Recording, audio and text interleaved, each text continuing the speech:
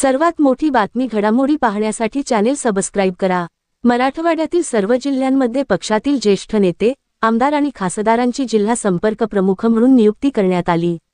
छत्रपती संभाजीनगर ग्रामीण, जालना, बीड, नांदेड, लातूर, धाराशिव, परभणी आणि हिंगोली या जिल्ह्यांमध्ये अनुभवी नेत्यावर महत्त्वाची जबाबदारी सोपवण्यात आली आहे। उपमुख्यमंत्री एकनाथ शिंदे यांनी सर्व संपर्क प्रमुखांना निवडणुकीचा कार्यक्रम पूर्ण होईपर्यंत जिल्ह्यातच थांबून काम करण्याचे स्पष्ट निर्देश दिले आहेत। दरम्यान, या नियुक्त्यांमधून पक्षाने आगामी निवडणुका किती गंभीरपणे घेतल्या आहेत, हे स्पष्ट होते।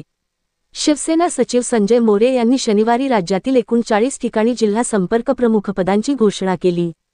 यात आगामी नगरपंचायत, नगर परिषद, जिल्हा परिषद आणि महापालिका निवडणुकीत पक्षाला मजबूत आणि पक्षसंघटना बळकट करण्यासाठी आमदार, खासदार मैदानात उतरणार आहेत।